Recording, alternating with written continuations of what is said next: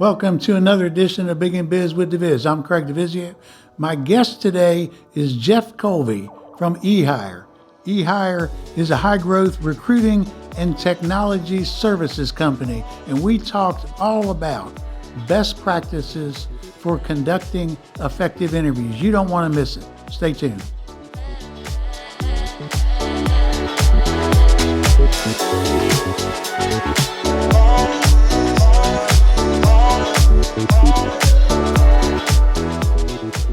Welcome to another edition of Big in Biz with DiViz. I'm Craig DiVizzio, president of DiVizzio International. I'm excited today to have with me Jeff Kolve from eHire. He and I, in some ways, are kindred spirits because we are driven to help people in the same way around interviewing. And so I'm really excited to talk to him today. Jeff at eHire is the director of technical recruiting and enterprise markets. He's a graduate of Georgia College and State University, where he studied marketing. With 12 years of industry experience, he is passionate about helping job seekers find the next best career move. Let me tell you a little bit about eHire. eHire was started in 2009. They are a high-growth recruiting and technology services company based in Atlanta with three primary divisions: eHire, Make and Build, and Collective Insights. eHire helps to build high-performance technology and sales teams for a diverse set of customers, both on a national basis as well as locally here in Atlanta. They provide executive search, direct hire recruiting, and staff augmentation services. Jeff, it's a real pleasure to have you on the show today. Welcome. Yeah, thank you, Craig. Glad to be here.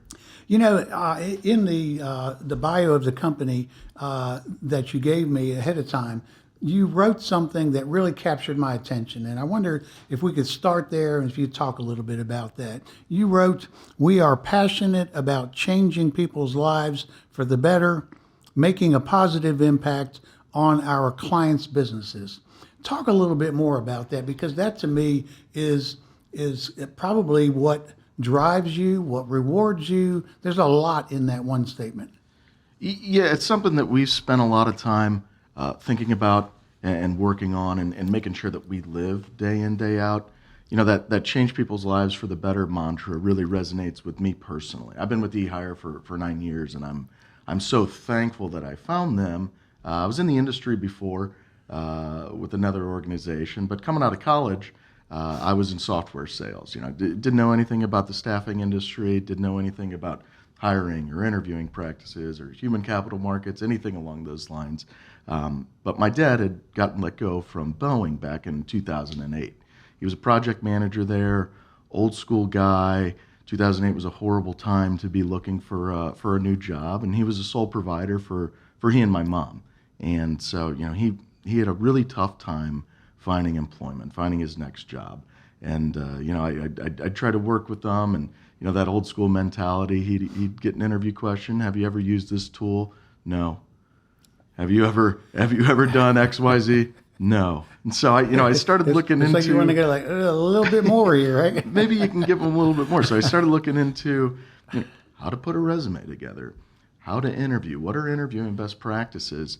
And he was dealing with a lot of recruiters at the time as well, and had a lot of really bad experiences, you know, both from a company perspective as well as the recruiters that he'd work with. And so I started looking at the industry and thought, you know, if you can just be honest and informed and reliable, you can really differentiate yourself in this space. And so, you know, I made the move from a software sales role into a technical recruiting position. And so I really, really care about the experiences and the craftsmanship within this space, both from a candidate perspective as well as what companies can do to be really effective in terms of finding the right people for themselves. And that's what we're going to talk about today, those best practices that companies can employ.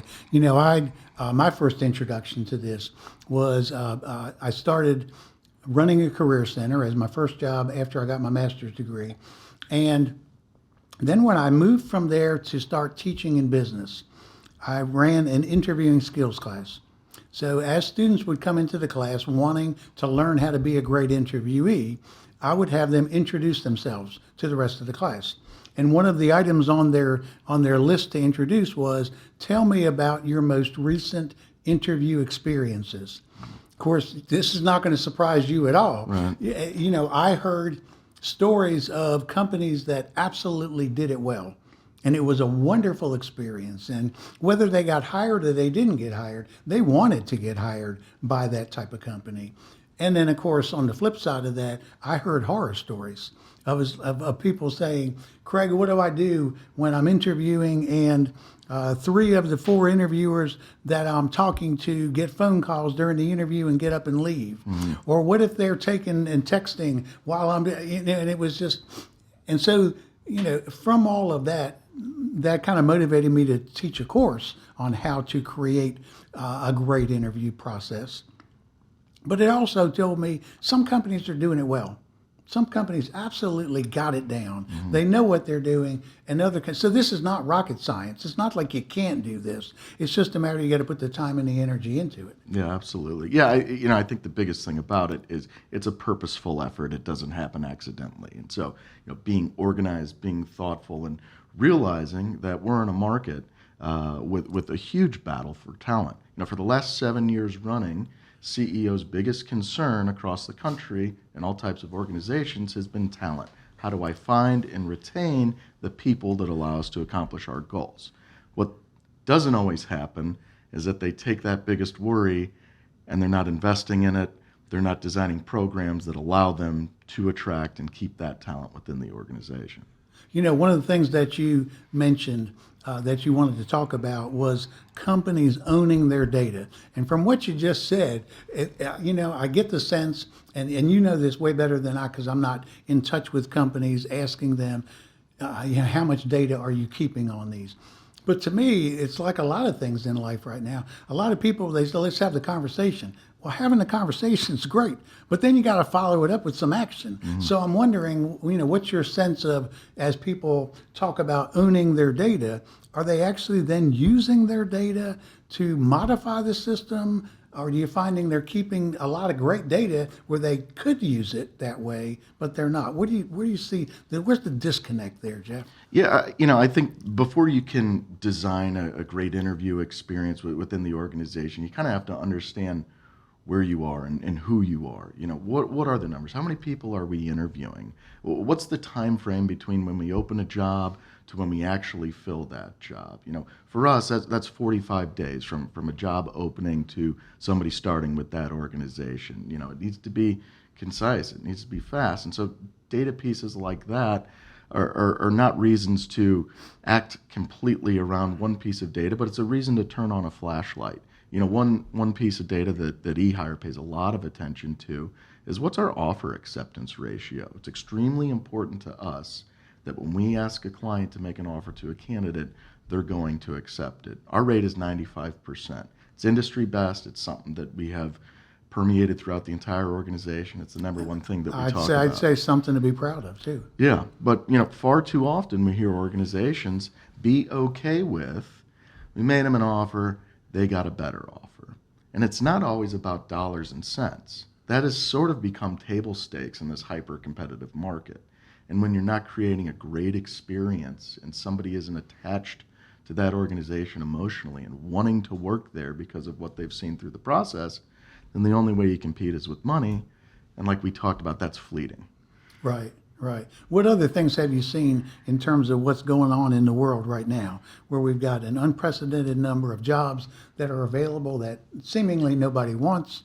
We've got people who are not wanting to, are wanting more in the negotiation process, asking for things, asking for accommodations like I've never heard before. It's like, I would have never thought if I was 25, 6 years old to come into a company and say, let me tell you what my demands are. I want this and this and that. And how is some of that stuff impacting, let's say, the acceptance rate of offers?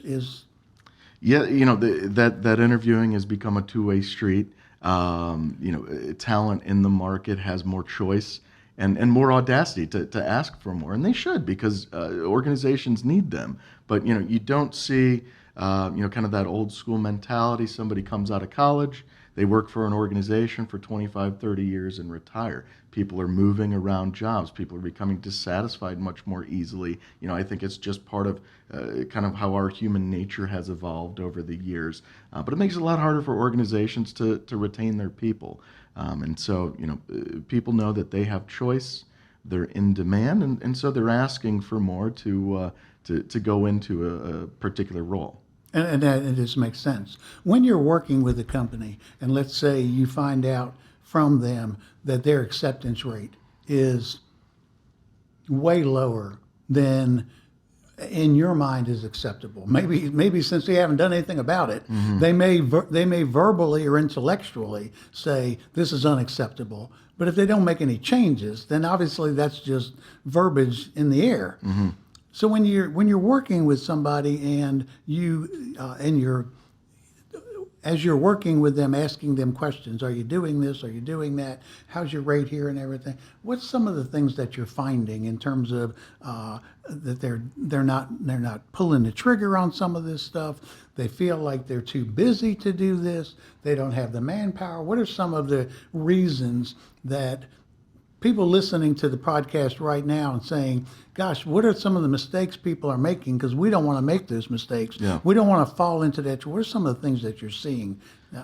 You get a data point like that, a low offer acceptance ratio. And we can throw numbers out there, but if you're below 70%, right, that's certainly a red flag and a reason to turn on a flashlight and understand what's going on. And there's a ton of symptoms that it could be. You may not be paying market value. You may not be offering a wonderful interview experience. You may be very slow in terms of your process, and you're getting beat out by decisive so that 40, they're not even close to that 45-day limit. Absolutely. And so you want to start to inspect that and kind of audit your interview process and understand what is missing. It might be one thing, it might be a variety of things. I think one of the mantras or things that you should think about is you don't have to sacrifice candidate experience for evaluation. Evaluation is extremely important. It's important for an organization to know that the people that they're bringing in are the right fit for them. But that doesn't mean that you have to offer a grueling, long, arduous interview process that people are begging to go through to get into your organization. Some companies have that pull within the market, right? And they got a bunch of great folks knocking at their door. But that's not the case across most of corporate America. And so, you need to be able to weave your salesmanship, your employment brand, your experience into the evaluation that you have with those candidates. And they should be able to feel what it's like to work for your organization. And like you said, you want them walking away, whether you want to offer them or not, or whether they're going to take your job or not, thinking, man, that was a great company. I really enjoyed the process. It was fair. And I'd love to work for them someday. Yeah, we talked about this a little bit earlier in a previous conversation, that if in fact you're there's lots of different processes. You can have one-on-one virtual, you can have one-on-one face-to-face, you can have sequential interviews, you can have panel interviews. I mean, there's a lot of different ways. And of course, a company needs to say, starting out saying, I always encourage companies to design what they believe is the perfect process for them. Mm-hmm. Forget about all the limitations to start with. Start by saying, let's design the Cadillac, if you will. Maybe to make, I don't know if Cadillac's, I don't want to, not endorsing Cadillac here, but maybe, I don't know where they're. New sponsor. New sponsor. Let's design the best process we can. Let's start there.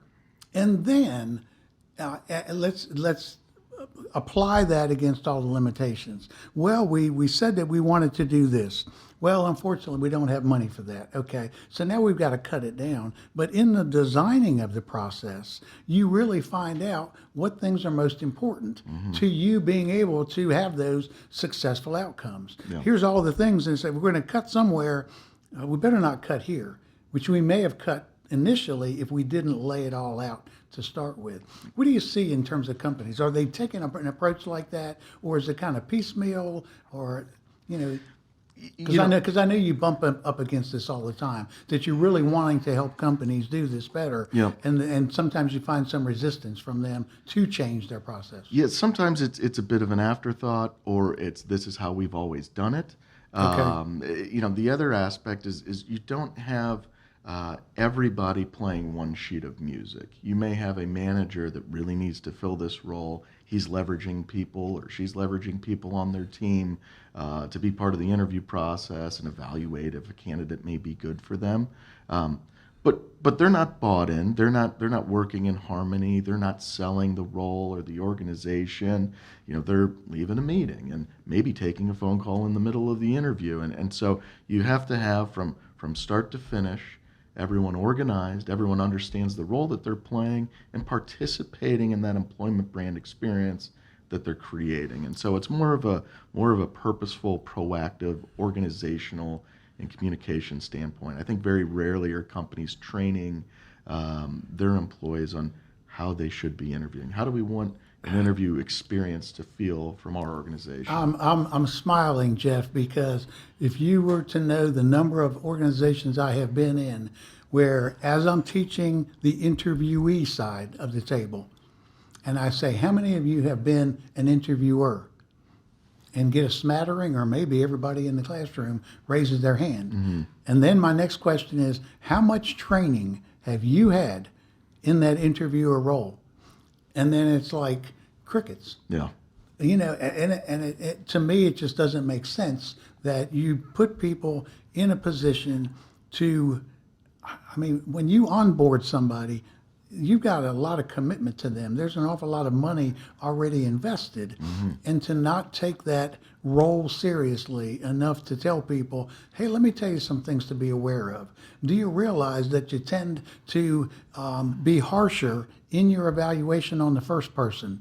Because they may be the best, but you want to leave room for somebody to be better. So how are we going to compensate for that? And I could go on, and you know the ones that I'm talking about. Yeah. It's amazing to me that there's rarely in some companies an investment in those people who are contributing to making the decision. Yeah.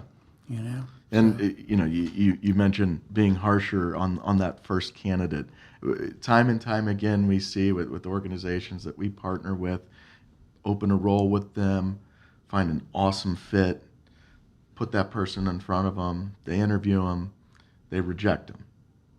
3 months later, they're coming back to us saying, man, can you get us somebody like option A that you put in front of us? Remember them? It's like, they're long gone. They took another role 2.5 months ago. But that is certainly a fatal flaw when you think about evaluating candidates. That first one, no matter how good they can be, a lot of organizations will kind of hem and haw and wait to see some other options. And the companies that are winning are the ones that really understand themselves. They own their process, and that allows them to be confidently decisive and move quickly when the right person comes along. And oftentimes it's the first one. Right. You've been listening to Big in Biz with DiViz. I'll be right back with more best practices for interviews with Jeff Kolve from eHire. Stay tuned. The number one reason why most people are unsuccessful is that they hate doing the work. Man, I don't even want to think about getting prepared. For those of you who are really struggling with, I don't really want to do the work, I've done most of the work for you. I've made the process easier. All you got to do is pick up one piece of material and everything that you need is there. I guarantee it. I've got thousands of students from my classes who've been successful using this approach. I know it works. You need to up your game. You can do it, but you got to figure out what's the best way for me to do it. You know you need to start preparing now. Everything that I knew over 40 years is in my book and in my interviewing skills online course. Everybody's got a favorite learning style. All you got to do is watch it, read it, listen to it. See ya. And we're back. I'm talking with Jeff Kolve from eHire. We're talking about best practices for creating a wonderful interview process where you are getting the outcomes that you're looking for. And we were talking about don't sacrifice candidate experience for evaluation. And there were a couple of things that you had written that really captured my attention, and I want to share them with the audience and then have you speak to them a little bit. Sure. This is a purposeful, intentional effort to offer to sell candidates while evaluating them for your organization. I think the part there that's really interesting to me is the selling of candidates while evaluating them. And then the other one is the interview process should be an extension of your employment brand and give candidates a feel of what it's like to work at your organization. Talk a little bit about that, Jeff. I really like those points. Yeah, so one, you want to create a continuity of experience as someone goes through the interview process to what happens day one, right? You don't want to have the moment of somebody walks in, everything's very different, and it's, oh no, what have I done? This is not what I thought I was walking into. But through the process, you need to really weave, the benefits of working for an organization and the excitement and the engagement of working for an organization while you're evaluating somebody. And that doesn't mean that you shouldn't have tough evaluation. It should just be fair and relevant for the job. I think some organizations think, well, we'll sell a candidate, and that may happen by the director or the hiring manager or maybe our talent acquisition or HR professional at the tail end of the process. Meanwhile, while they're going through their evaluations and the rest of the interview, they're not getting a lot of engagement from the people they're interviewing with. They're not getting a lot of discovery of what the role is or what a day in the life in that job may be throughout the process. We've done a lot of polling in the market and really understand what great talent wants. And it's really three things. They want a chance to make an impact at an organization, right? They want to know that their work is important. They want an opportunity to continue to grow and continue to expand. And the best people want to be challenged. And so, as you go through your evaluation of candidates, it's okay to have very, very difficult challenges that you put in front of them as you're evaluating them. That excites a lot of people and a lot of the best people that you want to bring in your organization, but you want it to be fair for the role. Right? We hear very often people walk away from an interview and say, I didn't do very well, but most of the questions asked have nothing to do with what this role would entail. Yeah, it's, I'm going back to another point that you had listed, and that it said that everybody who is involved in this process be trained on creating a great experience. Mm-hmm. And, as we were talking before the break, a lot of people have had no training whatsoever. They don't, it's almost, I've heard even people saying, I was walking down the hallway and somebody came out of a room and said, hey, listen, are you really busy today? Because we need one more person for our panel. Could you kind of jump on this panel? Not knowing what they're interviewing for, what question to ask, nothing. Mm-hmm. And yet they're part of the process. Now, of course, in a panel interview, it may be a little bit easier because you might have a designated role of somebody to do who's responsible for the selling and telling. But what you're suggesting is everybody in the process needs to be communicating that this is a great place to work. You would love to work here, and what we're doing and the way we're treating you is representative of what you're going to find when we get here. Yeah. Even the admin person who's welcoming them. Yeah. I mean, I go into businesses all the time, and the first person that I typically meet is not the person, my contact person, not who I'm there to work for. Mm-hmm. It's somebody else. I can go into some organizations and people pass each other in the hallway and don't even say hi. Right. And so you're talking about a completely different presentation of the interview. Yeah. It's not just we're evaluating you. Through everything we're doing, we're also sliding in every now and then experiences or if I would ask you the question, Jeff, tell me about an experience where you had to design something brand new or whatever. And that's one of my behavioral questions for you. And then at the end of it, I could say, yeah, we've got a great design team, man, and we're really looking forward to the things. They're busting into brand new territory. And I can say that at the end of your answer, yeah. Just as a way, a little teaser to you, boy, you probably want to be on that design, that type of thing. Yeah, absolutely. That energy, the passion, the Yeah, give and even take. as I'm doing it, Yeah. I'm changing, right? Right. Yeah. And getting some feedback and some interaction. And I get it. For some organizations, they may do a lot of interviewing to hire for certain roles, and they may have people participate in that interview process that hiring that role isn't their priority.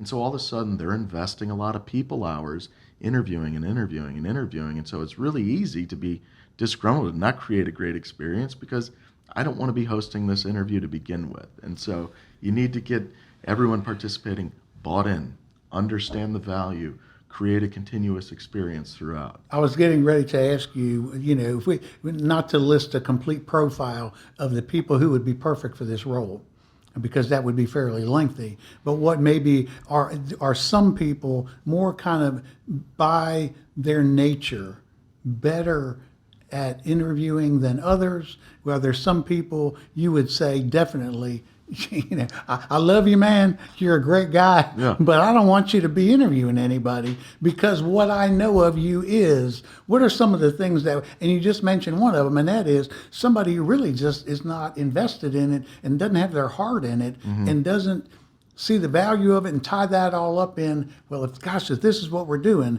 then I need to be in this role 100%, Yeah. you know? Yeah, and that's something that's really important to think about. In your organization, you will have people that will be more talented at conducting an interview than others, and you probably want to identify them. You certainly will have SMEs in certain subject areas that you want to have as part of that process to really understand how good somebody may be in certain specific topic areas.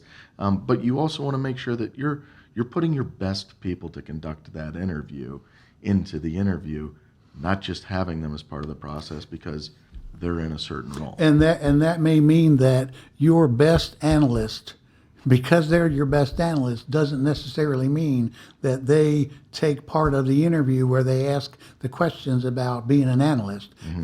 They may not be, even though they're the best at the role, and maybe they could give guidance in terms of what questions to ask to the other person who's actually going to conduct that.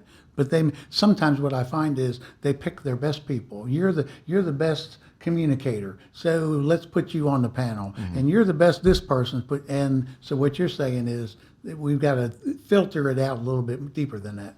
Yeah, certainly. You want to have a good team and a good process. This gives you a fair, well-rounded evaluation of a candidate, but it doesn't mean that you're our top performer, so you conduct every interview. That they may not have the right profile to be conducting those interviews. And I'm going to talk more about that when I'm going to be doing a webinar on conducting effective interviews soon, and I'm going to go into depth on those types of things. What are the things you're looking for in your interviewers? What are the things that they need to be aware of, and how can you fully train them so that you're confident that they're going to be creating that great environment that we've been talking about. Now, let me introduce one other thing, and that is desperation. Because we're talking about creating an environment that is representative of what you're going to find on day one. Have you ever found it to be the case where people who are desperate to hire somebody might embellish this selling process a little bit to get somebody in because they're desperate? Yes, we talk about kind of selling your organization, but it needs to be organic and truthful and real. The mesh point of somebody changing jobs and starting in a new organization, if they're walking in the door day one, like we talked about, and all of a sudden they're finding all these skeletons that they weren't aware of in the interview process, it's going to be a huge setback when you lose that person because they didn't walk in with their eyes open and really understand what the role was, what the company is, what their peer group's going to look like. And so you want to make sure you're on the same page and they really know.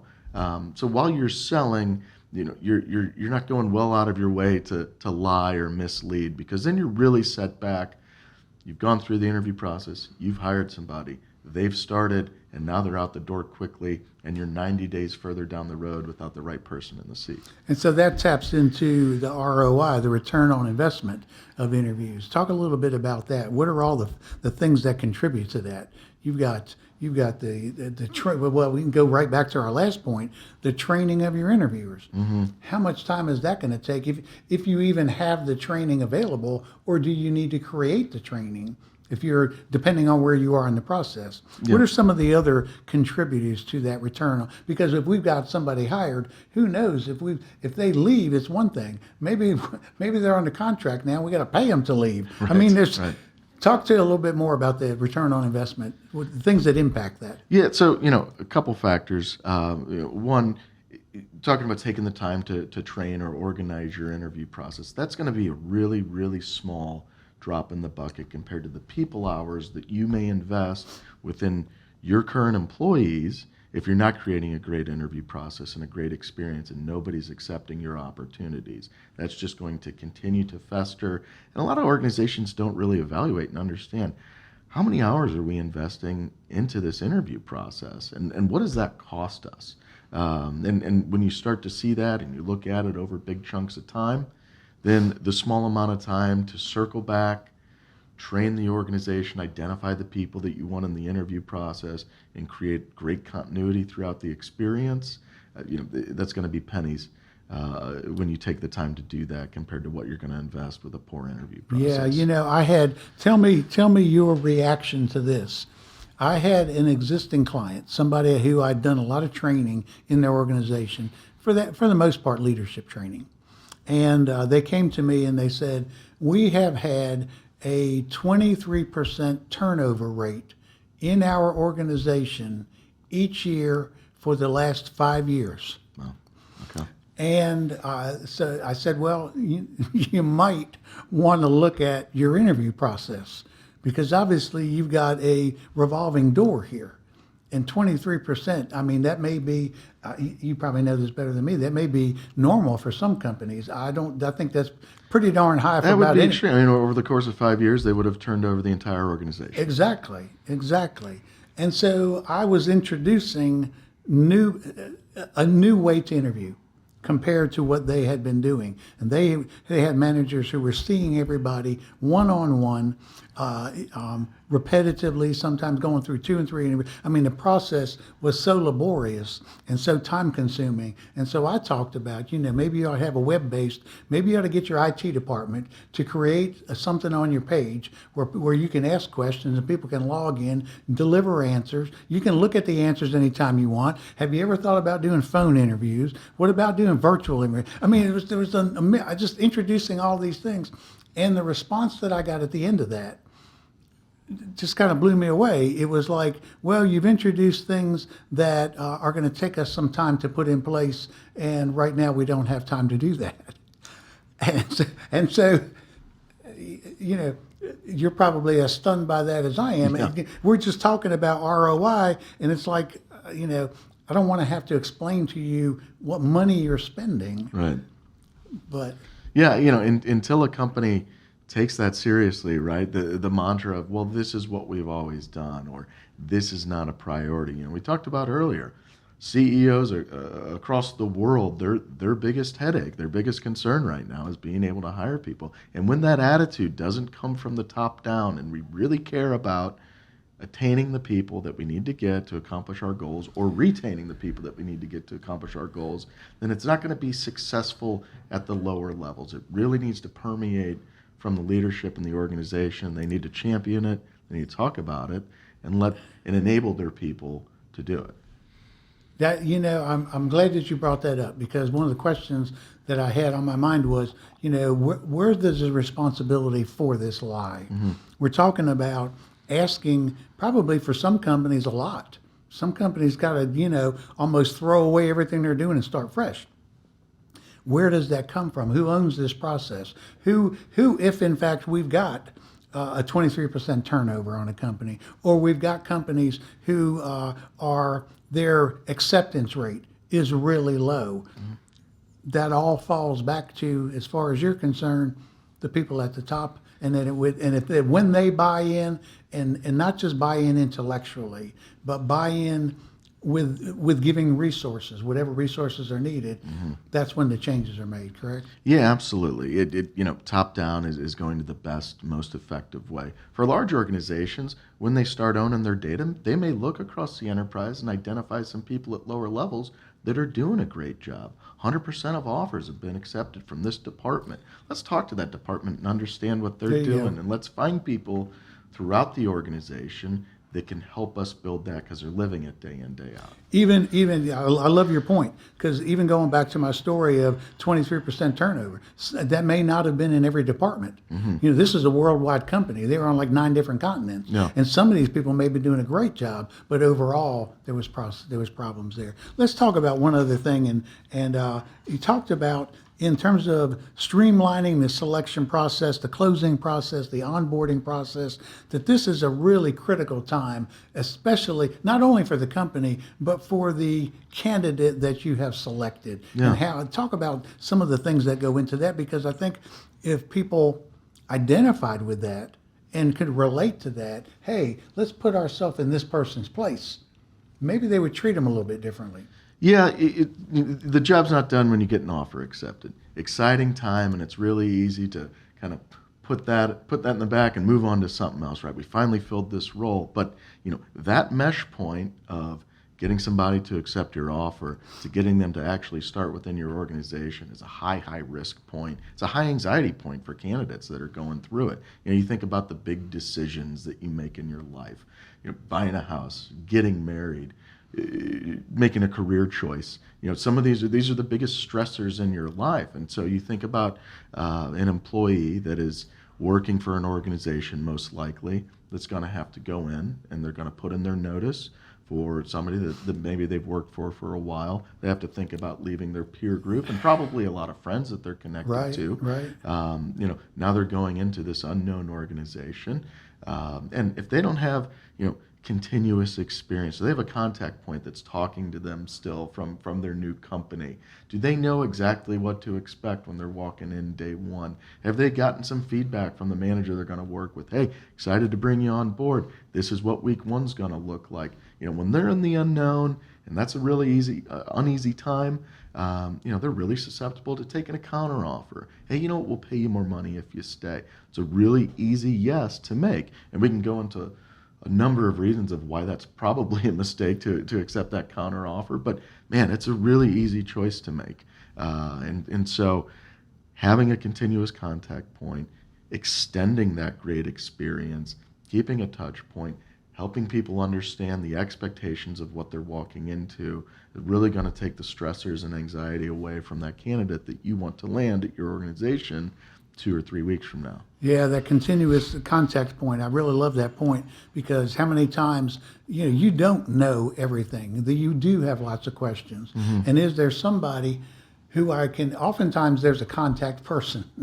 And I'm not so sure that the contact person is always as responsive as maybe you'd like it to be. Do I feel like when I do have questions about this new, crazy, exciting / scary thing that I'm getting ready to do, that I know when I contact them, they're going to be, expedient in getting back to me? Right. So that alone is so important. Yeah, you don't want them to feel like they're a burden with questions, because they're going to have questions. Right. It's a big life change. It's a big life shift. And so if they feel like they're burdening somebody to reach out, as opposed to a really proactive, talk to me anytime, here's all my contact points, here's a secondary person to also reach out to for these topics. You want to be warm, welcoming, and let people feel like they can approach you with anything they may need at that point in time. What have we not talked about today that you want to add to this conversation? Any kind of closing thoughts to sum everything up? Or, gosh, it's I've been in the industry 12 years now. Some of my peers, people I work with, 20, 25 years. This is the most competitive that the market has ever been for talent and for hiring. And so, trying to compete for that, to be able to grow your organization, be able to accomplish your goals, is something that is really, really serious, and it's a big investment. And so you want to really be careful and take your time and make sure that you're going about things the right way. Otherwise, you're stuck just talking about dollars and cents. I have to outoffer every other organization that I'm competing with to get this person. And that starts to become much more expensive than training your people on creating a great interview process. Like we said, money has really become table stakes. You talked about people having the audacity to make all these demands and all these needs. Yeah. It's because they can, because companies are desperate to hire. And so you want to have great offers and great pay, but If you're not creating that great experience, then you're not getting people gravitating to your organization. They're just looking at a bottom line offer. Yeah. Jeff, it's been a pleasure talking to you Yeah, today. I really enjoyed it. I want to share with people, how can people reach you? What's the best way to get in touch with you if they're saying, man, we need to tap into this guy's level of expertise. There's things that we know he can help us with. How do they reach you? So, for the organization, eHire.com is certainly a great place to start. I'm on LinkedIn, Jeff Kolve. My email address, jkolve, JKOLVE, @eHire.com. As you can tell, it's a topic I love talking about. I'm super passionate about it. It's affected my family and my life, and I love being able to work with people to help them understand the craftsmanship behind being great. Yeah, and as we discussed today, folks, this is something that you can do. You can create a fabulous experience for people, and in doing so, your outcomes absolutely are going to be better. Certainly. That's it for another edition of Big in Biz with DiViz. I'm Craig DiVizzio. I want to thank you for watching. Until next time, stay cool, have good thoughts. See you.